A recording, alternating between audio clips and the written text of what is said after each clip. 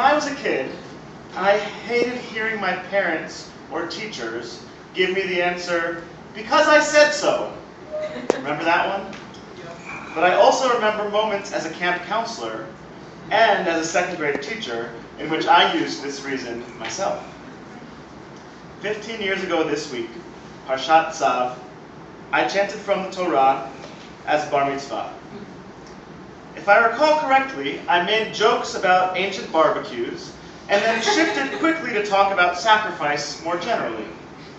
But what I did not talk about was the very name of the parsha, Tsav. Reading this portion now, I can't escape its name and the layers of meaning and struggle that come to me when I read it.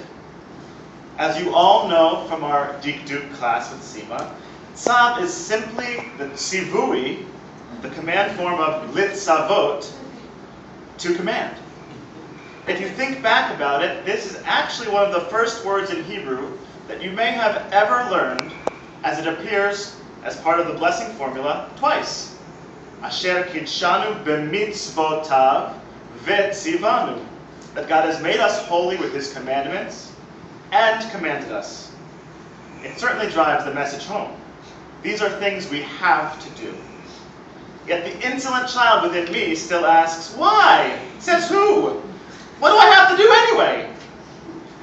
Our tradition, of course, has little trouble answering these questions. God commanded Moses, who then commanded the children of Israel, charging us with the covenant of the Torah and the 613 mitzvot. In interpreting the very first verse of this parasha, Rashi sums us up quite nicely. Tsav et Aharon ve'et banav, command Aaron and his sons, leads Rashi to the statement, En tsav ela lashon zeruz miyad u'ledorot. There is no command, tsav, except as language of hurrying, now and for the generations. In other words, that which we are commanded to do, we must rush to do and preserve for the future. But what exactly are we commanded to do? Commandment implies a commander and a clear notion of what is commanded. Yet I am sure I am not the only one who struggles with simple acquiescence to the Torah's or the rabbi's understanding of what we are commanded to do. Ultimately, this is perhaps the quintessential dilemma of liberal Judaism. How do we reconcile autonomy against authority? Personal choice versus obligation. Rabbi Michael Morgan suggests this dilemma has actually been resolved in our post-Buber 21st century mentality.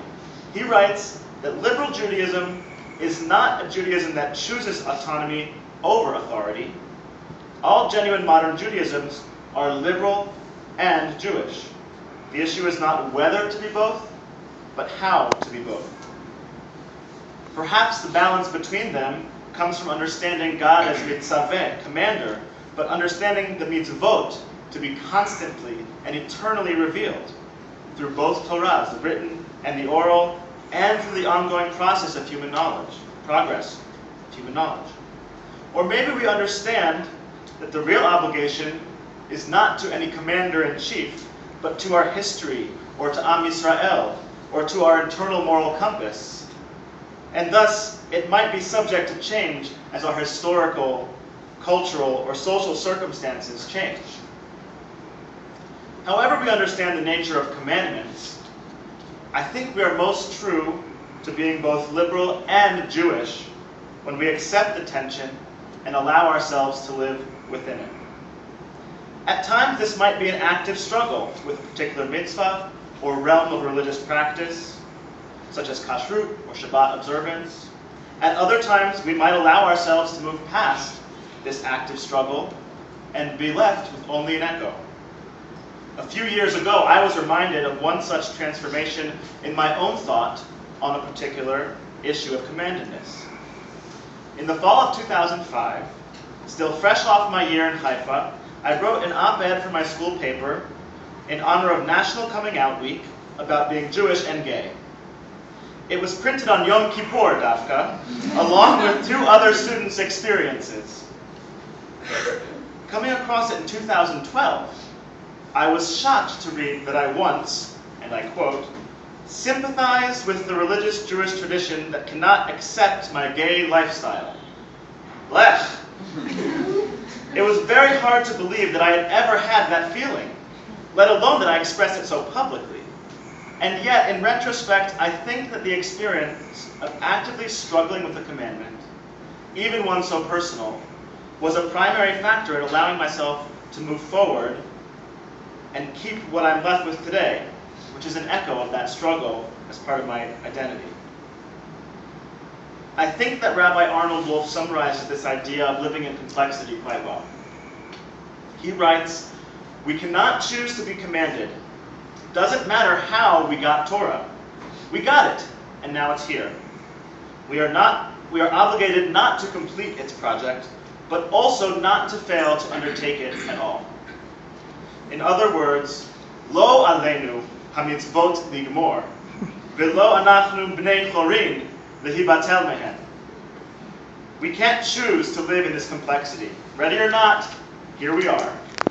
We can, however, choose to acknowledge our struggle with mitzvot, with how to define them or how to practice them, and with how and when to reject them.